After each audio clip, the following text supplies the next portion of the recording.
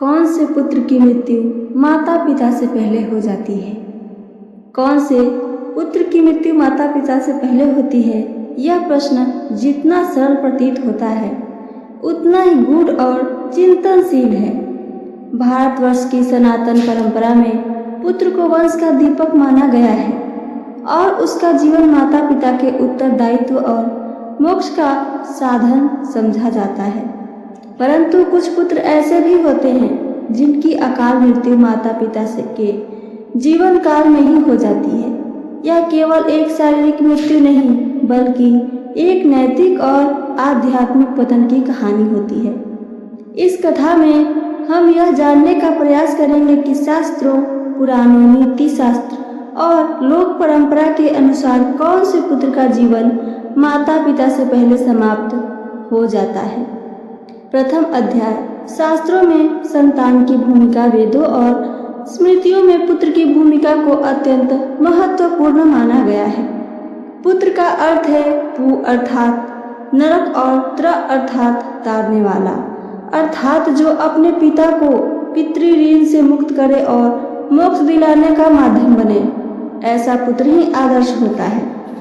मनुस्मृति कहती है, पुत्रों का नाम पितुर्लोकम तारेति पितृकर्मणा, अर्थात पुत्र वही है जो पिता को मोक्ष मार्ग पर आगे बढ़ाएगा। परंतु जब संतान अपने कर्तव्यों से विमुख हो जाती है, जब वह माता पिता को कष्ट देती है, जब वह अधर्म का मार्ग अपना लेती है, तब वह जीते जी मृत समान हो जाती है। द्वितीय अध्याय। महाभारत और रामायण से वृतांत। महाभारत में धृतराष्ट्र का पुत्र दुर्योधन एक ऐसा उदाहरण है। उसने अपने पिता की आज्ञा और राज्य के प्रति कर्तव्य की अवहेलना की। माता पिता की इच्छाओं का मान नहीं रखा। उनका मानना था कि वह परिवार की रक्षा कर रहा है, परंतु वास्तव में वह अपने लोभ, क्रोध और अहंकार का पोषण कर रहा था। धृतराष्ट्र के लिए उसका पुत्र जीते जी मृत समान था, क्योंकि वह पाप के मार्ग पर चल रहा था। रामायण में कैकेयी का पुत्र भरत जबकि पिता के सामने विरोध करता है, परंतु वह धर्म और सच्चाई के पक्ष में खड़ा रहता है। ऐसे पुत्र की तुलना रावण का पुत्र इंद्रजीत, जो अधर्म के पक्ष में युद्ध करता है, माता पिता के विपरीत जाता है, वह मृत समान है। तृतीय अध्याय कहती है नीति शास्त्र की सूक्तियाँ। चाणक्य नीति में कहा गया है, माता यस्य गृहे नास्ति भार्या चाप्रियवादिनी अरण्यम तेन गंतव्यम यथारण्यम तदारण्यम। यदि माता पिता और संतान में सद्गुण, सेवा और धर्म न हो, नरक के समान हो जाता है। चाणक्य आगे क्या कहते हैं, आइए जाने। नृशंसो यस्य पुत्रोस्ति भाग्यहीनस्य भार्याया तस्य लोकौ परित्यज्य वनमेव गतम श्रेयः, अर्थात जिसके पास निर्दयी पुत्र हो उसके लिए संसार त्याज्य है। चतुर्थ अध्याय। कौन पुत्र मृत समान है? शास्त्रों के अनुसार निम्नलिखित पुत्र माता पिता के लिए जीते जी मृत समान होते हैं। जो पुत्र माता पिता की सेवा नहीं करता, जो पुत्र माता पिता को वृद्ध अवस्था में त्याग देता है, जो पुत्र नशे, व्याभिचार, पाप और अधर्म में लिप्त रहता है, जो पुत्र अपनी पत्नी या धन के कारण माता पिता का अनादर करता है, जो पुत्र शील, संयम और सदाचार से दूर होता है, जो पुत्र अपराधों में लिप्त हो जाए, चोरी, हत्या, बलात्कार आदि, जो पुत्र कुल की मर्यादा को भंग कर दे, ऐसे पुत्र का जीवन शास्त्रों के अनुसार माता पिता से पहले समाप्त हो जाता है, भले ही वह शारीरिक रूप से जीवित ही क्यों न हो। पंचम अध्याय। लोक कथाएं और उदाहरण। भारत के गांव में अनेक कथाएं प्रचलित है, जहां एक पुत्र अपने बूढ़े माता पिता को जंगल में छोड़ देता है। वर्षों बाद जब उसे वैराग्य आता है तब वह क्षमा याचना करता है। ऐसी कहानियां बताती है कि संतान यदि सेवा न करे तो उसका जीवन व्यर्थ है।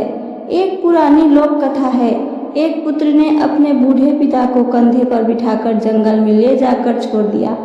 उसका छोटा पुत्र यह सब देख रहा था। जब वह पिता से पूछता है, दादा को क्यों छोड़ा, तो पिता कहता है, वे अब किसी काम के नहीं रहे। तब पुत्र कहता है, पिता जब आप बूढ़े होंगे मैं भी आपको यहीं छोड़ दूंगा।